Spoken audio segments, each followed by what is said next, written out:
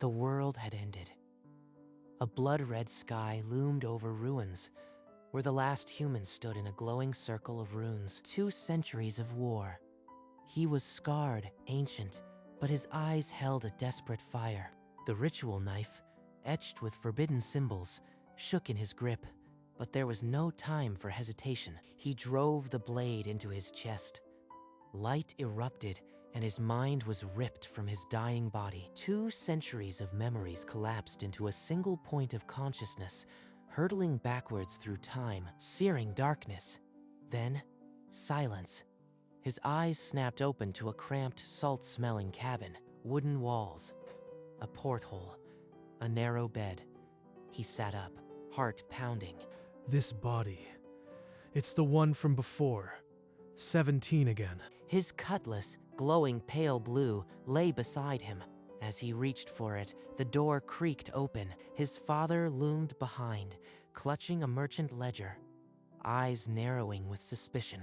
His father's voice cut through the stale air. "You've been asleep for 2 days. Explain yourself." His mother looked on, her eyes red-rimmed, but she held her tongue. A fever. My whole body aches. I just need a day to shake it off. His father studied him, suspicion deepening, but he only grunted and turned away. They see it, the scar. They know something is wrong, but they won't ask. That night, under a single candle, he rifled through old crates until he found the shipping calendar. The date glared back, exactly 2 centuries before the first sea beast would erupt from the abyss. 200 years. I have to leave now, before I get trapped in this life. He gathered what he could carry, stolen in the dark, and crept to the back door. By dawn, the merchant's house was behind him. He did not look back. He spent days at sea, following coordinates only he knew. When the jagged cliff came into view, he dove without hesitation. The water was cold, but his mind held a map. He kicked deeper, past sunken rocks, into a glowing grotto. There, on a pedestal of coral, pulsed the first egg, faint orange veins like a heartbeat. Untouched, just as I remembered. But I am not the same man who found them last time. A shadow moved in the corner of his eye. A reef serpent, drawn by the egg's glow, lunged. His cutlass was in his hand before he could think. 2 centuries of combat instincts fired, and his blade cleaved the beast's skull, but his arms shook. This body wasn't tempered by decades of war. Blood clouded the water, and his lungs burned. Weak. I am so weak, but I have to endure. He surfaced with the egg clutched to his chest. Gasping, the serpent's corpse sank into the dark. 1 down, 6 remain. But as he hauled himself onto the boat, the gash on his arm was a cold reminder. His body had limits. He found her in the dusty archives, hunched over a crumbling bestiary of sea beasts. You study sea dragons. I need your help finding their spawning grounds before they hatch. A sailor who knows the abyssal brood. That text was lost centuries ago. How do you know that name? Before he could answer, the floor erupted. A mutated crab, claw fused with teeth, lunged. His cutlass severed the claw. She screamed, but he shielded her with his body. She hurled a heavy book, stunning it. He drove the blade through its shell. The crab collapsed. She stared, panting. You fight like a commander. I'll help you track those eggs, but no more lies, sailor. She suspects, but I need her knowledge more than her trust right now. He offered his hand. She took it. A pact sealed over secrets and dead monsters. They sailed north for 3 days. When the black cliffs rose from the mist, Yusei's knuckles went white on the tiller. Yusei, this place feels wrong. The water is too cold. He didn't answer. He was already beneath, navigating the dark without a light. He swims as if he's threaded this labyrinth before. Every turn, every trap. A violet glow pierced the dark. The second egg lodged in a bed of fossilized bone. That was not guesswork. You knew exactly where to go, and I want to know how. Old maps. You'd be surprised what merchants hoard. She opened her mouth to retort, but a boy's shout cut through the salt air from the shore. Riku. He died a hero in my time, barely 22. I can save him.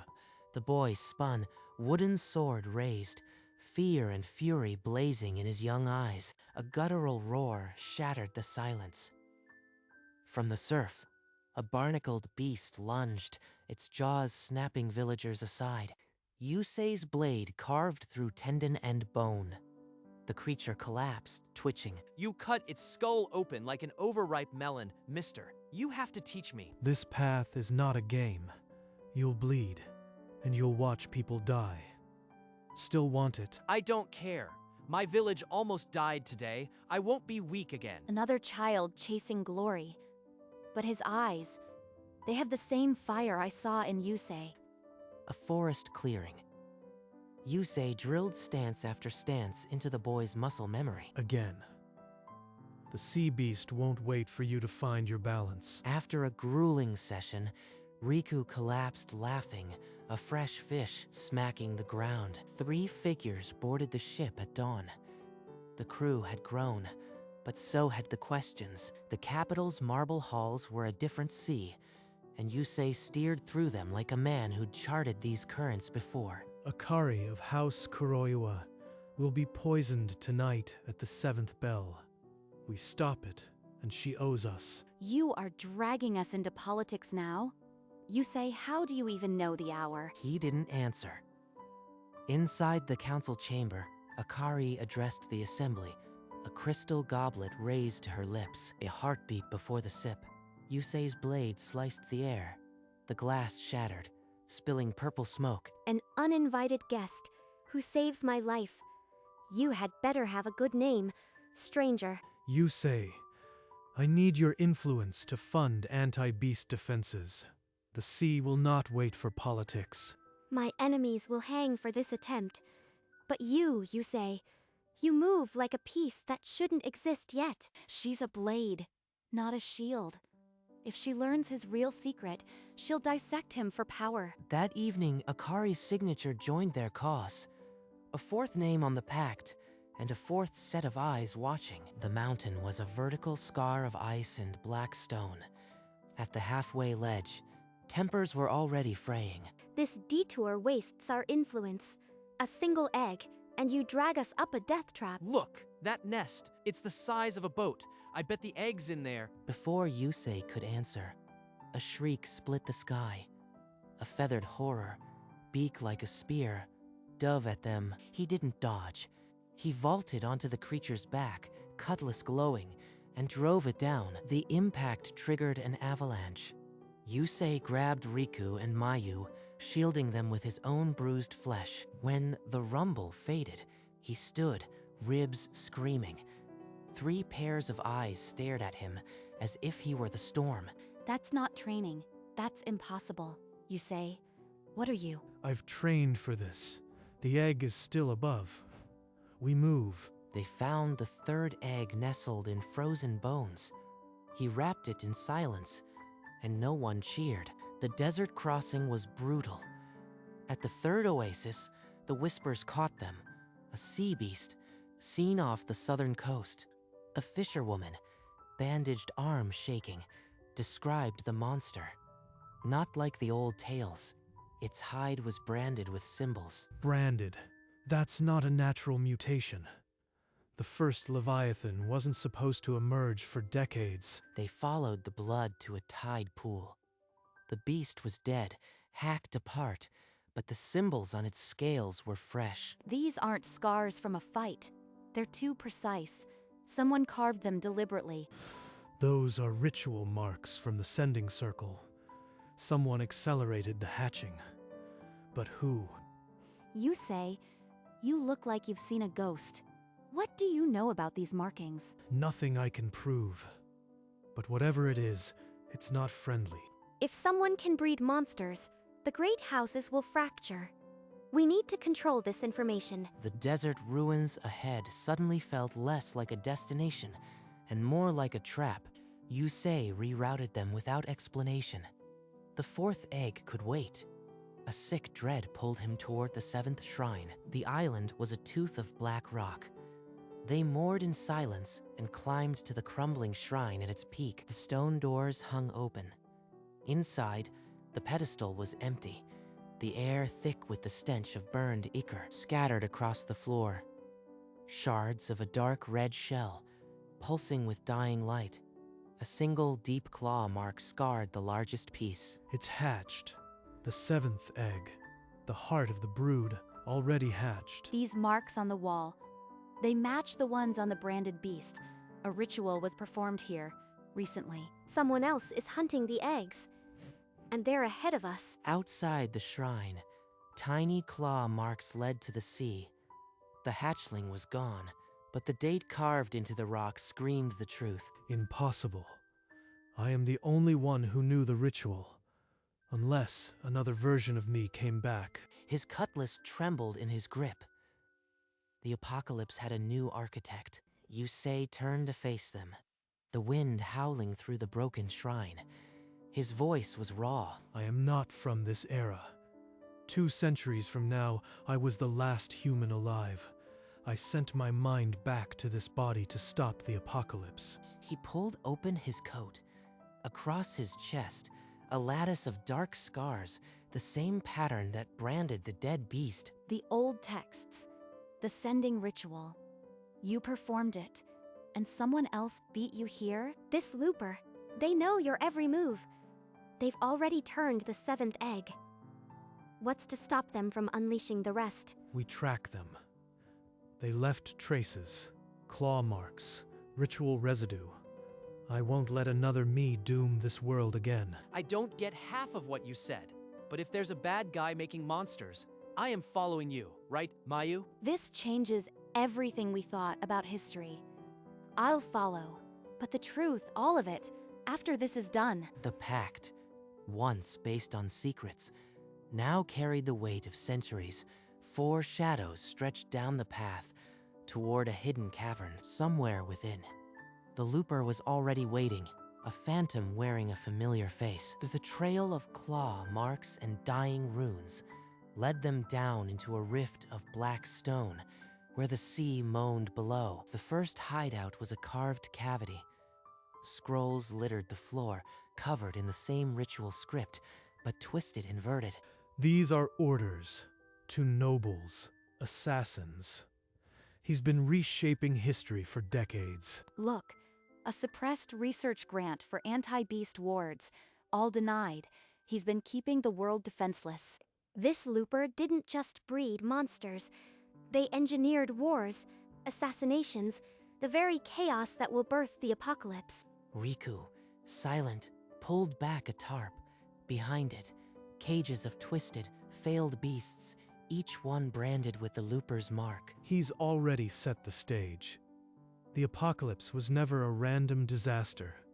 It was a deliberate culling. Deeper in, the cave floor burned with fresh runes. Ahead, a silhouette framed in sickly green light. The cutlass at the figure's hip was unmistakable. A darker twin to Yusei's own blade. The figure turned, and even in the gloom, the jagged scar across his left cheek mirrored Yusei's own. The green torchlight swept across the looper's face. Older, scarred beyond measure. Every wound a dark mirror of Yusei's own. That scar, it's exactly the same. Yusei, that's you. You waste your breath, little hero. I've lived this loop 100 times. Humanity always destroys itself. I merely gave them the predator they deserved. Behind him, the runes flickered into visions. Wars, starving children, burning libraries. The worst of 100 timelines. The sea beasts are a mercy, a clean culling. In one timeline, I tried your way. The result was worse. Prolonged suffering, then extinction. You became the monster you swore to destroy. That's not mercy, it's despair. And I refuse to let it be the end. The chamber grew heavy with silence. The 2 Yusei stood like opposing storms, cutlasses humming with dueling energies. He's insane. We need to strike now. While he's monologuing, Number. He's still me. There has to be something left of the man who once wanted to save the world. Sentiment. It died the first time I watched everyone I loved drown in my failure. Now, die on your feet or kneel as livestock. The visions seared Yusei's mind. Faces of the fallen, his own failures mirrored in the looper's cold gaze. Look at us.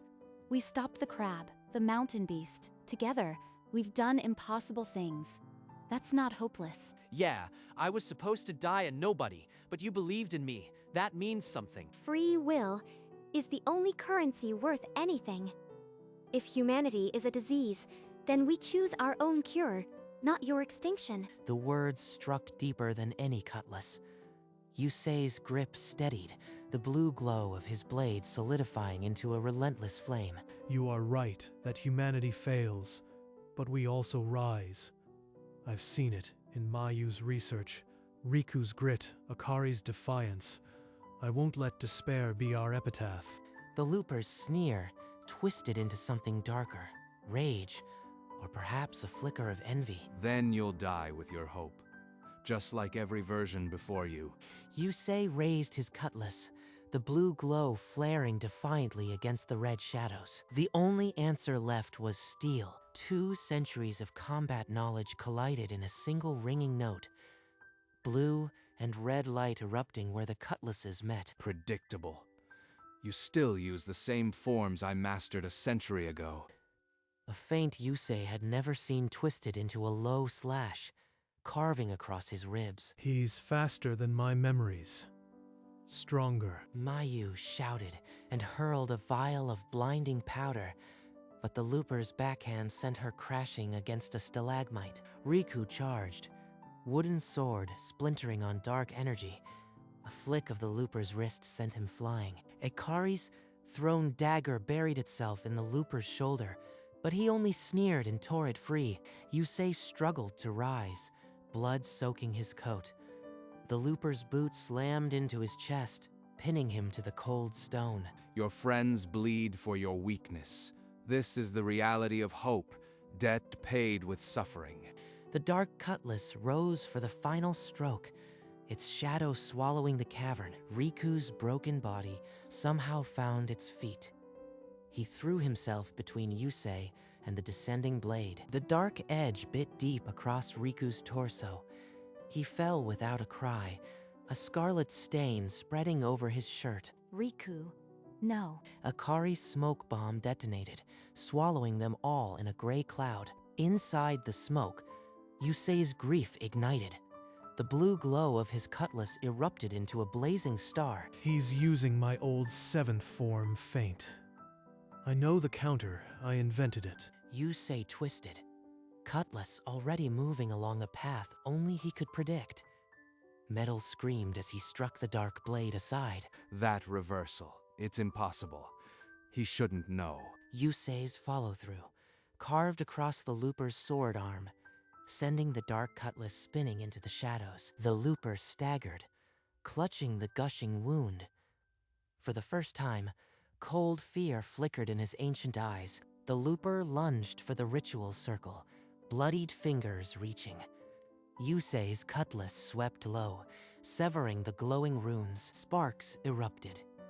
The sending gates died. The looper skidded, collapsing onto his back. You fool. I almost envy you. That stubborn light in your eyes. I lost it centuries ago. It was never lost. You buried it under failure. Hope isn't a feeling. It's a choice. A choice that leads to this. To pain. To watching everyone die all over again. Yusei closed the distance. A single, precise cut across the chest. Not to kill, but to sever the dark energy binding the looper's soul. The looper crumpled, black smoke pouring from the wound. His body began to dissolve into pale light. Finish it. I don't want to see another loop. No more loops. I'll end it my way. The world doesn't need a monster or a martyr. The light consumed him. The dark cutlass clattered empty. Yusei stood alone, the chamber silent. They emerged from the cavern to the sound of the sea. The red hatchling was there, perched on a rock as if waiting. It came back. The looper's bond is gone. It's just a confused creature now. Yusei knelt, and the hatchling nuzzled his hand. Then he gathered the 6 other eggs from where they had hidden them. On a small, wind-scoured island, they placed all 7 in a circle. Riku, pale and bandaged, leaned on Akari. This ends now. No more loops, no more beasts. He raised his cutlass, the blue light pulsing in sync with the egg's fading glow. The blade came down, and the world turned white. The eggs shattered in a silent scream of light. The hatchling dissolved without pain, its tiny form unwriting itself from existence. The sea, once eternally restless, fell still. A dawn broke like the first sunrise. Yusei's cutlass dimmed. For the first time in 2 centuries, the water held no threat. Yusei turned from the sea. His allies stood in the dawn light, waiting. The silence was not heavy. It was ready. I lived 2 centuries alone. I failed. But this time, we won. You should have told us sooner, but I understand why you couldn't. I am just glad I didn't die, and you kept your promise. I am not weak anymore. I'll see that the great houses never suppress this knowledge again. Peace will hold. They sat together on the sand, the weight of centuries crumbling into the tide. Yusei and Mayu lingered as the others walked ahead. The dawn painted them gold. You were ready to carry everything alone. Let me help you carry the rest. I am not alone anymore. That's enough. Far away, a hearth burned in a quiet home. The world began to breathe again. A year later, the harbor bustled with new hope. Children chased gulls beneath a bronze statue of 4 heroes. You call that a lunge? Lower your hips, or you'll be fish food. The treaty holds. The council remembers what was almost lost. They won't forget again. Yusei knelt beside Mayu in a small garden, the earth warm under his hands. The scar on his cheek was now a faint pale line. You still wear that coat. It's full of holes. It's lucky. Besides, who needs a new coat when you're planting basil? As dusk cooled the garden, Riku and Akari arrived. The 4 sat on the porch, watching the harbor lights flicker on. Remember when I thought a fish was a trophy? Now my students are the ones making fools of themselves. The cutlass hung on the wall behind them, its blue glow a soft nightlight. It had not been drawn in a year. The world no longer needed a last pirate. And Yusei was finally content to be just a man. Decades had folded the world into gentler shapes. On a wooden porch facing the sea, 2 figures sat in the quiet of late afternoon. The sea sounds the same as it did then. Sometimes I forget we almost lost it. I remember every battle, but I am grateful for the quiet that followed. Riku would have loved this porch. He'd say we got too soft. He'd call us old, and then challenge the waves. But that cutlass won't be drawn again. The slim blade rested on the wall, its glow a memory more than a light. It had not been needed for a lifetime. Mayu's hand found his, the skin weathered but the grip still sure. The sun dipped toward the water. The world spins on, but today it's enough just to breathe. No grand gesture, only a shared silence, deeper than any oath. The stars came out, one by one, on a sea that would never again spawn monsters. The camera pulled back, leaving the 2 figures to their peace over the harbor, where children would one day learn of the heroes. A bronze memory stood in the square, worn by rain but never forgotten. On the cliff, a stone etched with names of the fallen and the date they were saved. In the quiet house, the cutlass still held a faint blue light. But even that old fire was ready to rest. The blade dimmed, its purpose fulfilled. The sea stretched on, empty of monsters, full of stars, a cycle of despair, broken by a single choice. T-200 years. Resolve.